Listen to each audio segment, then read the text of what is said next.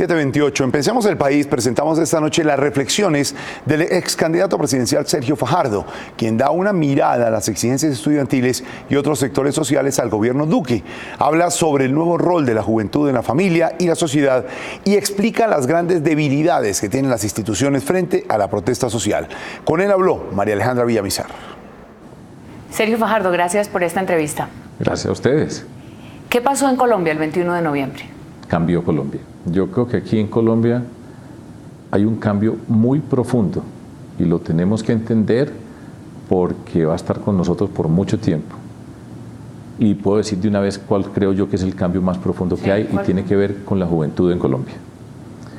Esta es una juventud muy diferente a las que conocíamos. Es una juventud inteligente, preocupada, que tiene una característica y es el mundo de la incertidumbre, que es un fenómeno global, pero la incertidumbre está en sus vidas. Empezando por una que para generaciones mayores, para la generación mía, no era una preocupación y es ¿en qué mundo vamos a vivir? ¿Qué pasa con el cambio climático? ¿Qué pasa con el medio ambiente? ¿Cuál es la supervivencia de la humanidad? Y eso lo tienen perfectamente consciente y eso genera incertidumbre.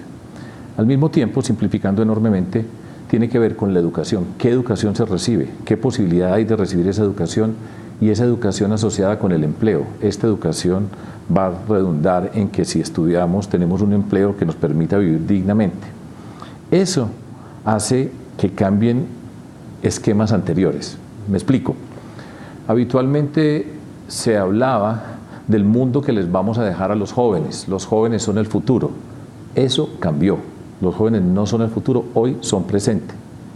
Y entender la naturaleza de eso implica, por ejemplo, cambios en el contexto familiar, porque las familias en ese mundo anterior se miraba a los jóvenes como supeditados a una cabeza, en ese mundo patriarcal del papá que decide por todos.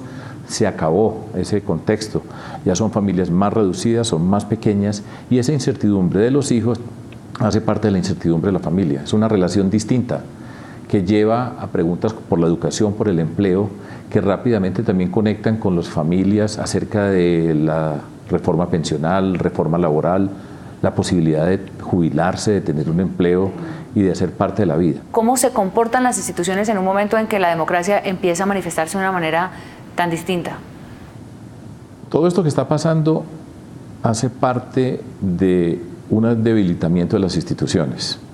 Esa ciudadanía indignada es porque no encuentra respuestas en muchos sentidos. Por supuesto hay en el mundo de la política y lo asociado con la política y el Congreso y los partidos políticos, es un mundo que está devaluado.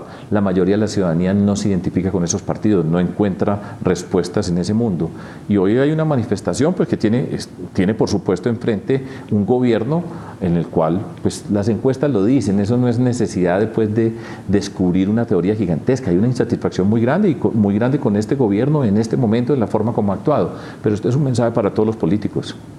Esa política no puede seguir siendo la misma. ¿Quiénes están llamados hoy a diseñar ese camino? Hoy en particular, la responsabilidad primaria está en cabeza del gobierno nacional, en cabeza del presidente. Entender esto que le pasó, que tampoco había escuchado. Por eso entonces ahora se habla de conversar y de escuchar. Pero esas conversaciones no pueden ser cantos al aire, acciones para dilatar o para calmar el malestar que puede haber en este momento. Yo creo que son unas conversaciones que, si se va a hacer con seriedad para dar respuestas, obligan a una inteligencia que el gobierno no ha mostrado, a una capacidad de estar escuchando, que repito, es ahora en el gobierno que se empieza a escuchar y uno tiene que estar escuchando siempre.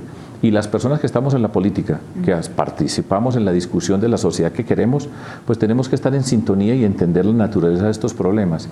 Pero además con una condición, es que aquí no hay recetas, porque uno dijera, bueno, mire que se debe hacer esto y esto, que en otras partes lo han hecho, etcétera. Sí, que no hay libreto. No hay libreto y lo tenemos que hacer nosotros. Eso es apasionante, pero es dificilísimo.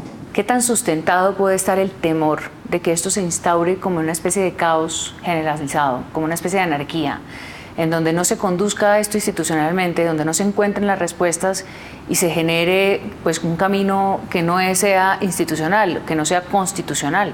Pues está en manos de las personas que tenemos responsabilidad en esta sociedad darle un trámite institucional, pero entender la necesidad del cambio. Si no se entiende y se acude a la represión de manera sistemática, donde se repiten las fórmulas, donde no se entiende, será problemático. Ahora, yo personalmente creo que es una gran oportunidad para Colombia. Crecimos, todos los colombianos que estamos hoy caminando por este país nuestro, hemos crecido en un mundo donde la violencia ha sido un factor que ha determinado nuestras vidas. Y yo creo que ya hay un rechazo a esa violencia. Cuando a usted le hablan del acuerdo nacional, ¿usted qué se imagina? ¿Y cómo cree que pueda, digamos, cocinarse un acuerdo, por decir esa palabra, cuando los acuerdos nacionales antes los hacían los expresidentes, los jefes de los partidos, y salían de ahí y decían, este es, pero eso ya no es la fórmula? No es, ni va a ser. Ni va a ser. ¿Cómo se construye entonces un acuerdo nacional? Yo no creo que se vaya a dar ese acuerdo en estas circunstancias, en este momento, con este gobierno. Se tomarán algunas medidas, ojalá que sean afortunadas, y que se avance y que no haya que esperar hasta el 2022 para que digamos, bueno, ahora lo vamos a hacer nosotros. Pero la forma como empieza la conversación con unos grupos da la sensación de que es una conversación liviana, que se va a posponer, pues incluso se puso una fecha de marzo, no aparecen respuestas que puedan conectar con lo que está pasando. Entonces yo no veo muy claro cuál es el acuerdo nacional que este gobierno puede liderar. Si son acuerdos, si estas conversaciones son para maquillaje, pero después no pase nada, en problemas. Y yo no veo cómo ahora sí va a empezar a pasar. Ojalá que yo esté equivocado y que se empiece a dar respuestas. Pero si es un sector restringido que se va a unir para enfrentar el problema y no entiende la dimensión de lo que está pasando en el país, no va a haber acuerdo nacional. Bueno, muchas gracias. Gracias a ustedes.